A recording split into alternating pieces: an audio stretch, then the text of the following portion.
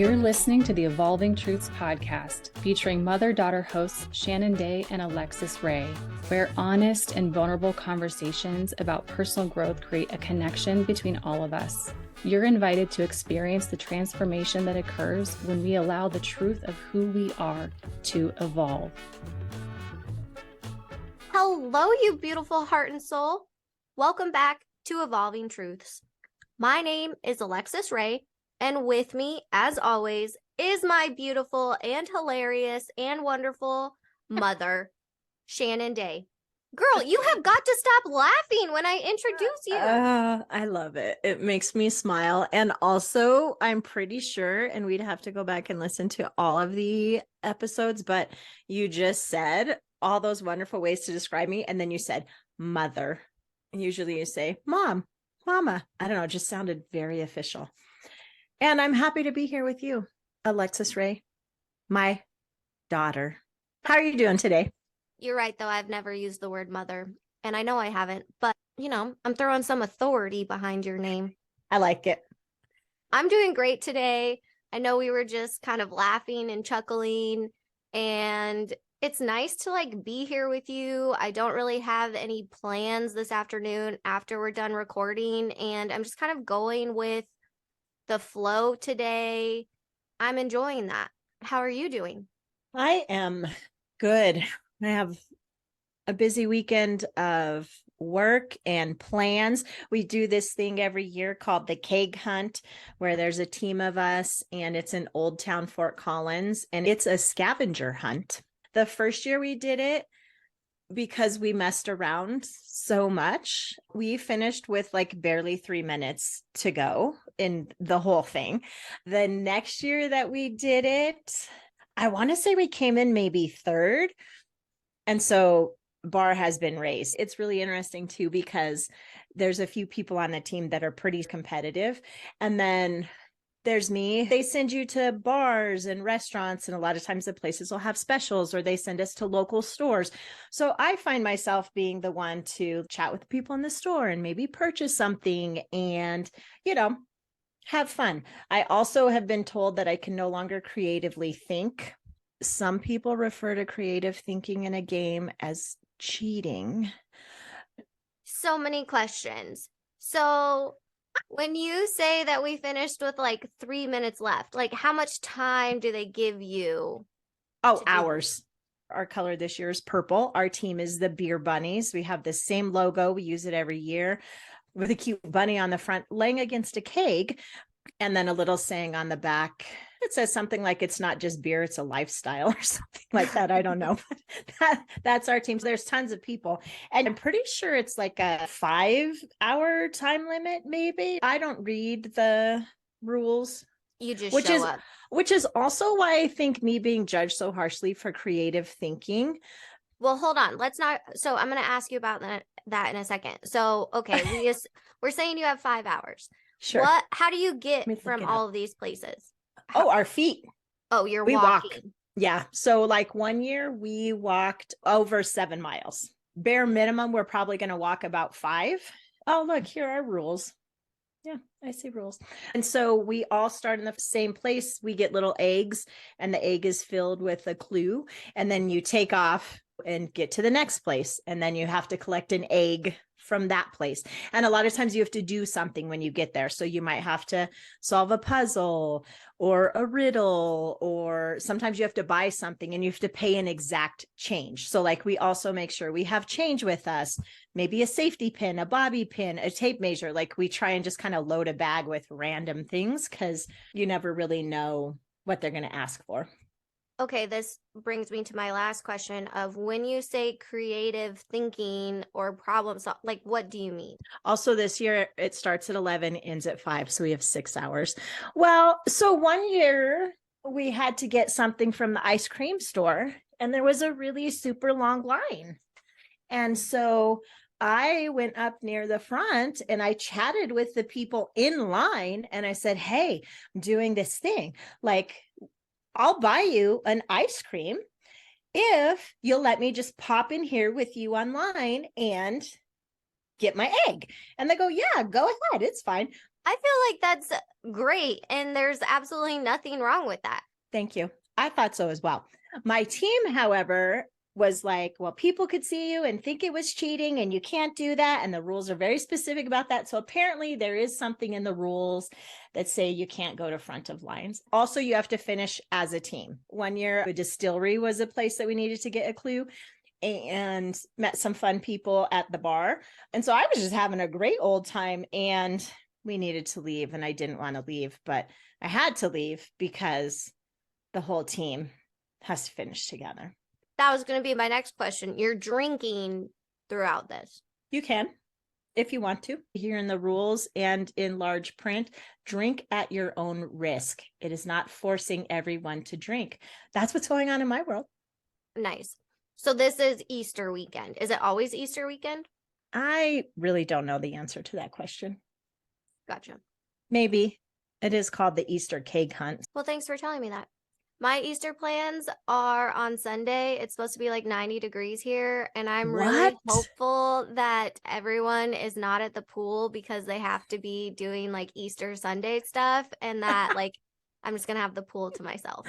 That's a pretty big ask for the size of your complex, but maybe it'll be nice and quiet.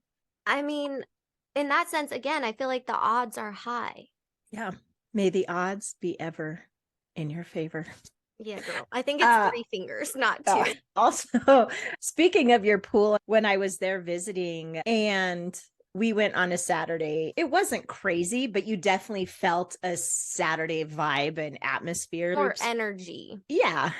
And then we went again on Sunday and it was like the hungover group, less people, totally toned down. The difference between Saturday and Sunday at your pool is quite amusing. Kind of speaking of that, but also not totally related. When you were here, we bought one of those liquid death drinks and I got the sparkling mango flavor. I drank that last night with my dinner and it was actually pretty tasty. So nice. I think I'm willing to try maybe some of their other flavors too. That was a pleasant surprise. Good. Also, what a crazy name for a product, liquid death. And then the fact that it's water. I know. I love it. It's like an oxymoron. Love it. Well, yeah, because it's like normally you'd be drinking something that's alcoholic or you're getting, hammered on, and instead liquid death as water. I love it.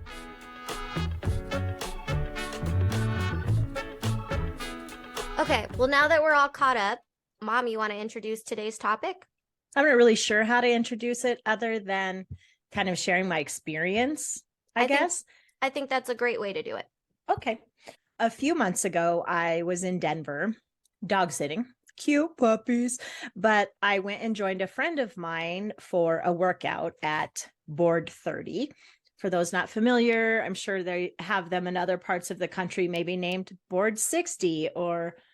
No, that it's always called Board 30. It's a franchise. 30 for 30 or Orange. No, okay, start over. I mean, you don't have to start over. It's always called Board 30. It's a franchise and it's like a boutique gym. Noted. Anyway, I went and joined a friend for the workout. Was afraid I was going to die. I'm chatting with you a few months later, so I lived and it was fun. But an interesting thing hit me kind of that day, as well as that week that I was in Denver, because a song came on while we were doing our workout.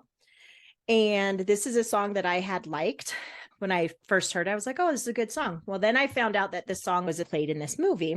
At the time, I was separated from my now ex-husband, thinking we're both kind of trying to figure some stuff out and going to work on this kind of space. And then found out from him telling me, weird, but that he went to see this movie with another woman.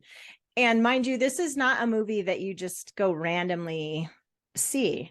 I mean, I guess I'll just say it. The movie was 50 Shades of Grey. Oh, shit. And the song is Love Me Like You Do. Love Me Like You Do. Anyway, I think it's a cool song. But needless to say, from that point forward, anytime I heard that song, I would turn it off. Music is such a big thing for bringing up memories, right? 100%. But when I was in the workout, one, there's nowhere for me to go. Like I'm there. So I Yeah, can either, it's not like you can be like, skip to the next song, instructor. right. But more than that, what I realized in that space was that song no longer has that kind of, I don't know if I want to say hold. I don't feel like it had a hold on me, but I say it wasn't like, it's not like triggering to Right. you anymore. right. So much so that as I was doing my workout, I found myself singing it. And later that day, I stuck it in my Spotify and listened to it for a while. And it got me to start thinking about just those experiences in general and how cool it is in this journey of life that we get to edit or rewrite, reframe. Like Things that used to mean something. yeah, I could have told my friend because afterward we went and grabbed bagel and coffee, like, oh, blah, blah, blah. I didn't tell anyone. This is the first time I'm actually telling the story. I just said to you, I want to have a conversation about past experiences or things that are reminders of past experiences, being in a neighborhood, hearing a song, a movie, whatever those might be. And then one day when something happens where you're put back in that space, being able to recognize and go like, wow, and be okay with it, I guess, or even feel good about it. Now, when I hear that song, I have that board 30 workout. Again, that other memory, because what it is probably never going to go away. I love that I now have something that feels good. It was a cool experience for me. I appreciated the fact that it did happen so organically and recognizing for myself the work that I personally have done these past years in this one instant, being able to go, wow, that's really paid off. I just thought that was really cool and thought I'd throw it out to you if you have any experience with that, and love to hear from our fam bam. Our fan bam. Yeah, totally. When that happens, it's like, it's like I'm healed. This isn't a terrible association for me anymore. And it is kind of this like acknowledgement of I'm good. I love that for you. I'm so glad that you got to have that experience and reclaim a song that is fun and that you enjoy, and that now it can have a new memory tied to that. So thank you for sharing this story with us. And now we're just gonna like dive into getting over memories. Ones that are hurtful. Yeah. So we can dive into it. I don't know that I really have anything else to add. I just thought it was a cool experience and thought I'd share with you. See what you might want to have a discussion about it, or maybe we don't need to. I don't know. Oh yeah, girl, we're having a discussion about this.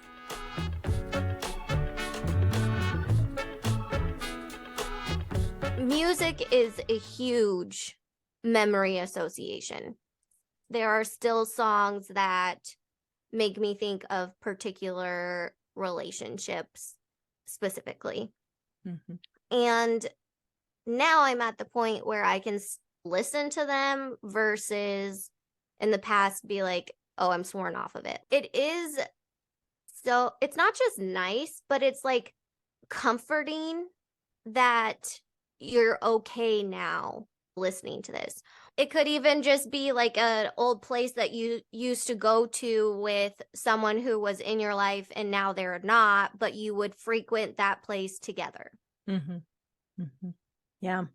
All of this reminds me of the corkscrew analogy. Every single time you're triggered by an old memory or like an old relationship idea or thought or picture comes across your phone, like with the iPhone or Google Photos, sometimes it'll put together like slideshows for you. Just randomly send you memories thinking you'll love them. Yeah. And a handful of the memories that I get are from periods of my life that are past relationships. When you're in the relationship, it's great because you download it and send it to your partner and you're like, oh, babe, look how cute we are. And then when it happens and you're not in the relationship, and depending on where you're at in your healing process, you're either like, oh, this idiot or this piece of whatever, Or you're just like, oh yeah, that was a really nice, cute time in life, and I appreciate what I took from that, and I'm glad I'm not there anymore. Mm-hmm. I always like when people post stuff like that on the FB where they're like, thanks, Facebook, and it's like an old memory. That is somewhat presumptuous, though, I feel like, of Facebook and Google Photos. I get the intent, but I'm not sure they've fully thought through the consequences of their actions. But I digress. Me too. And just staying on the photo thing for a second, are you the type of person that will go through and like delete old pictures from past relationships? And I also know it's kind of weird asking you that because I know the only relationship you've had has been my dad. So it's like, and that was like 20 something years. So that would be really hard and weird to delete like 20 years of your life. So maybe you're really not the target audience for this question. Yes, I delete pictures. Oh, okay. You do? Yeah, I do delete pictures. Yeah. I mean, there's some that I might hang on to. One, if I think I look really good in them. Yeah, girl. Obviously, any family ones that you were in, or it was a fun memory that we had somewhere mountain biking or camping. A lot of our pictures were doing those sorts of things, or back when we were bodybuilding, unless we want to go back to when I was way younger. But back in that day, cell phones were not a thing. So Google wasn't helping me with my memories. I guess people who were formerly in your life as a friend, and then, maybe something really crappy happened, or, you found out who they really were. And those ones I have absolutely no problem deleting. Really? Oh my gosh, you are so cutthroat. And everyone says I'm the cold-hearted one. Stop it right now. Well, I keep the pictures. Okay, well, I keep the pictures, and I keep them because that was a chunk of my life. And if I just like deleted them, then those memories would be gone. You're not deleting them from your head. No, you still but know that chunk of time. Yeah, but like they played a piece, and whatever was captured in those moments were like real and authentic to that time and place. Do you keep every single picture that you have with that person, or do you keep, if it's something that's like specific to a time or a place, or do you keep all of them? I mean, I don't keep the nude ones, but I keep the regular one. Here's me, for those who can't see me, plugging my ears and going blah. I delete the dirty ones, but I don't like go back through and delete them. Okay, mom moment. All those people that you really trusted and either have nudes of or they have nudes of you, keep in mind, once it goes away, it's not yours anymore. So, I mean, Mom, I already told you I can never go into politics. This is a message for anyone listening who maybe hasn't experienced this. These people who have nude pictures of Alexus that she's no longer dating or in a trusted relationship with still have them. So just think about that if you're getting ready to take those kind of pictures or send them. That's all. Today's public service announcement. If you plan a career in politics, don't share anything that you don't want to get circulated. And I have had it cross my mind that well, either that or go find them and just put them all out there in the very beginning and say, I am here running in your town for this community position. This is what you're going to find as you investigate me. Let's do this. I also think as the generations continue to age, of the millennial generation, I would be willing to generalize that the minority of them have not sent naked pictures. I think it's just a part of the digital age. Yeah. Out here getting freaky. So anyways, those are the ones that I delete, and I keep all the rest. Sometimes that's a good thing for me, and sometimes that's not a good thing for me, but it feels worse to me to delete them.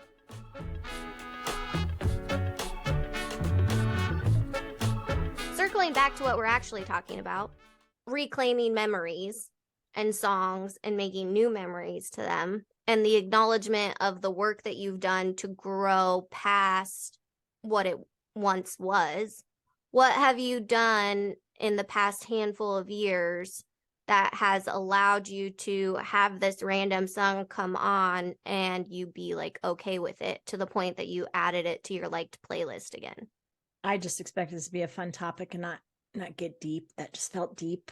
Well, I do think therapy played a huge role because that provided a safe space to talk about things you don't really feel like you could ever say to anyone else. And then input and guidance from the therapist on, have you tried this or have you thought about this? Then getting myself to a point where I recognized, even though I was told that situation was all my fault and that I was responsible for it and responsible for all the shit that my ex-husband was dealing with, I got myself to a point to recognize, no, that was not the case. That took a lot. None of this happened overnight. This experience was just a few months ago in 2023. I was separated in 2014. We're talking about almost 9 years. And I think, again, to me, the piece about it that still is cool, and maybe this lends itself towards your question of what have I done, is the fact that it happened just the way that it happened. It wasn't something that I intentionally, went to therapy thinking, yeah, or I need to get over this or put this challenge in front of me to see if I can handle it. Because I focused on myself, which was like a first, I think I could honestly say for me in my life, I could do what I needed to do for me. And I'm not saying this in a selfish, like in a healthy way, Yeah, right? healthy for sure. Focusing on myself and working on not blaming others. I can sit down and have a really honest conversation about my divorce without anger, without hurt. Sometimes there's still a bit of sadness, more for the individuals, for myself and ex-husband, and the pain that we were going through at that time, sadness in that space, and obviously the pain that it caused you. More okayness, is that a word? More accepting of emotions and all of the emotions. I would say those are things that I have done, work that I've done. And then surrounding myself with people that let me be me, that fully accept me as me without comments, head shakes, eye rolls. I mean, sometimes I can be a little bit. So I do occasionally get a head shake or a, okay, Shan, but I know that it's not in a negative way. Has been helpful to that point too. And through this whole process also, alone time. Like I really had to have periods of time, and sometimes long periods of time, where it was just me. And I think that's a piece that often gets overlooked when healing or going through a grief process, a breakup, something like that, is that time just to be me. Yeah. I don't know if that answered your question. I wasn't quite expecting that question, but that's what I did. I don't know that there's a answer at all, but for anyone listening, and myself included, if you've gotten to the point that you've had a result that other people desire, we don't want to gatekeep how we got there. Valid. From everything that you just offered us as options for ourselves to take and apply to our own lives, there's a few things that I want to pull apart with you.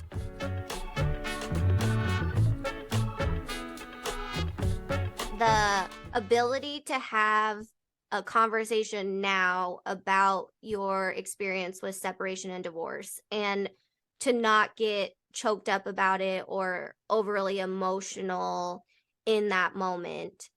I can relate to that. In my case, getting to the point where I can talk about the car accident and not get overly emotional or choked up. And then the counter of that was walking into my primary care's office in January and sitting down in front of him, having you on the phone with me as support and to be able to listen to what he said because I knew I needed that from like a memory standpoint. But getting choked up and having a hard time explaining to him what my experience has been because it was still so emotionally raw.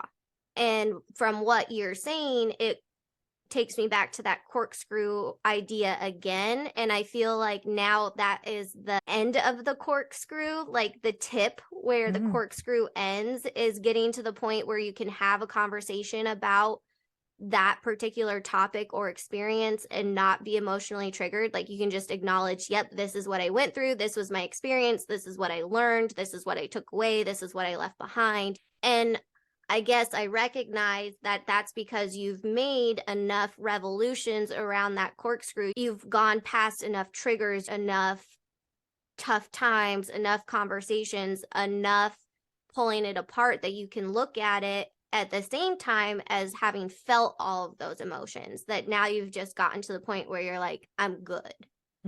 Yeah. Time moves on, whether we like it or not, whether we want it to or not. We get to choose how we go through that time. You've probably talked with people who had a breakup years ago and are still bitter about it. I didn't want to live that way. It's not just time, it's the work that you do. Like you say, oh, we could talk to someone who's still bitter. Okay, well, they're probably still bitter because they probably haven't done the emotional work to not feel bitter about those circumstances anymore. So in my case, my car accident, like I can still be a functioning adult. I can still function with the exception of when I have a migraine flare and then it's debilitating and I can't function. But overall, I'm extremely lucky to have walked away from the accident, period. I still, like, I don't blame the person that was driving, but I'm still freaking pissed that I was in this accident that has completely changed my life and my health and my ability to be a version of myself that I no longer get to be or may never have the opportunity to be. I do think that time will continue to make that easier because I will continue to adapt and I will continue to keep living and I will come to terms with the fact that like this isn't going to define me and I am going to keep living and it's going to be okay. But I don't know that I will ever not feel some resentment towards that incident in my life because it was so altering. I can say, oh, it was a great redirect. And like, yeah, I'm living in Arizona now because of the chain of events that were set off by that accident. Cool. But would I have much rather gotten to the point that I was living in Arizona under a very different set of circumstances? You bet your sweet fucking ass I would. Like, and I'm sorry for cursing, but it's like that emphatic to me. I don't think that it's unreasonable to say that there may be circumstances, and who knows, like maybe a relationship event or occurrence was that traumatic for some person that they may never be able to relinquish that. And I'm still doing the work. I'm still in therapy. Like I'm still processing all of that. And I guess we'll find out when we're in Evolving Truth season 100 of if there's been enough time between the accident and me reaching an endpoint. But I think it's just really important to be able to say like, it is possible and it is time, but it's also like feeling the feelings and being able to just say, this sucks. And it sucks that I'm going through it. And it sucks that I'm here. And it sucks that life gave me this set of cards, and that's okay. It can just be shitty. Yep. One of our previous guests, Reggie D. Ford, who is author of Persevering Through Severe Dysfunction, shares his experience growing up. And he says, no, the trauma was not your fault, but what you do from there, acknowledging it, like, yeah, this really shitty stuff happened. And now what? Especially when we are in a place where we can do that and not having it make us just bitter, not happy, always pointing fingers at someone else kind of person. It takes me back to the radical acceptance. Like we talked about radical acceptance in season 2, and it was in the context of we're making this decision. So just make the decision, be good with it, accept it wholeheartedly and keep going. But it's also radical acceptance of circumstances that we did not ask to be in. And being able to just say objectively, okay, this is where I'm at. I understand why I'm here. And what am I going to do to keep moving forward in life? I think that's how you win at anything, whether it's getting over a relationship, whether it's getting over health challenges, career, grief. I mean, I don't know, but it's just continuing to put one foot in front of the other and accept the circumstances for what they are. I think that's true.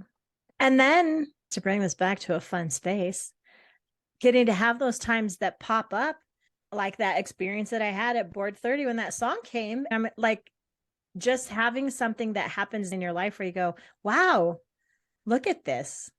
And it gets to be probably a little bit different for all of us, but we all probably still feel it to a degree. It was a cool experience to have.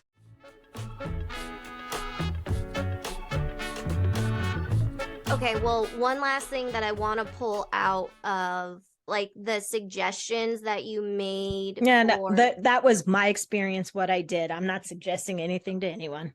Okay, so out of all those things that you shared with us, there's one other thing that I want to pull out. And that's what she said.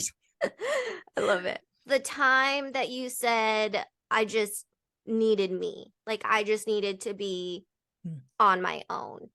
I'm relating to that in a different way now since moving to Arizona and the time that I've been here and going through this crisis. Like, I feel that. I want to sleep in the middle of my bed. I want to be alone. I don't have a problem going to a restaurant by myself. I'm not seeking someone's attention or time. But more than anything else, and I said this to my therapist the other day, is I'm tired of giving pieces of myself away to partners. And I want to just give my time, attention, and love to myself. So I'm just going to say to the just me era, like, I'm happy to be here. It's been interesting to explore. And I'm looking forward to continuing to choose me first. Love it. Society makes us think that we have to do it with someone else, or especially with a partner. I really did my best to not look for things to just fill my time because I didn't want to feel what I was feeling. And I feel like some people go through situations and their way of coping with it from that point forward is to continually feel their time so that they don't have to feel anything either about that situation or anything else that might be in their life. And I knew I didn't want to do that. Kudos to you, girl. Thanks, Lex. Love you. Love you. This has been this was fun. Yeah. Oh, that's funny. You would think we planned that, but we didn't. You tell me if you agree or disagree with this statement, but we do that a lot where we laugh and then like take the same inhale at the end of our laugh. Yeah. When I was just visiting you and a couple nights we went over to one of your friends' house and had dinner and we're hanging out and doing things there, and something would happen and we would both respond the same way. And she would turn around and look over at us from the couch like, okay, there's a lot of similarities. Know if it's because we have spent so much time together over the last couple of years where I've like picked it up, or is it just like the mother-daughter vibe? Like, I just have you in me. What is that? So thoughts from anyone about times that you've had an experience similar to this, where you did either intentionally rewrite a memory or something came up and you recognized like, oh, this used to do this and now it's this, like examples of that, anything that you did that goes along with what we've shared here today, or if there's something different that worked for you, share that, because I'm sure that all those in the fam bam would love to hear what that is. Reach out. You are not alone. Thank you so much for being here. If Mom and I are totally your cup of tea, please follow the show on whatever platform you are listening. If you can rate the show, leave a review, That helps us grow. Send this episode to someone that you would like to support or that you think they could relate or take something away from this. That would be extremely helpful for us as well, because it's an honor to be here with you and we have the goal of reaching more people. So thank you for your love and support in our efforts there. Other than that, Mom, anything else? That's it. Thanks for being here. Until next time, please remember, life is beautiful and you create the magic. Have a good one. Connect with Shannon and Alexus and the Evolving Truths community by visiting evolvingtruthspodcast.com. Links are in the show notes. The artwork for this project was created by Julie B. Salazar and is entitled Celebration from the Inner Landscape print series. The Evolving Truths podcast is produced and edited by Shannon Day and Alexus Ray, recorded from the Corner Studio in conjunction with Alexus Ray Enterprises, LLC.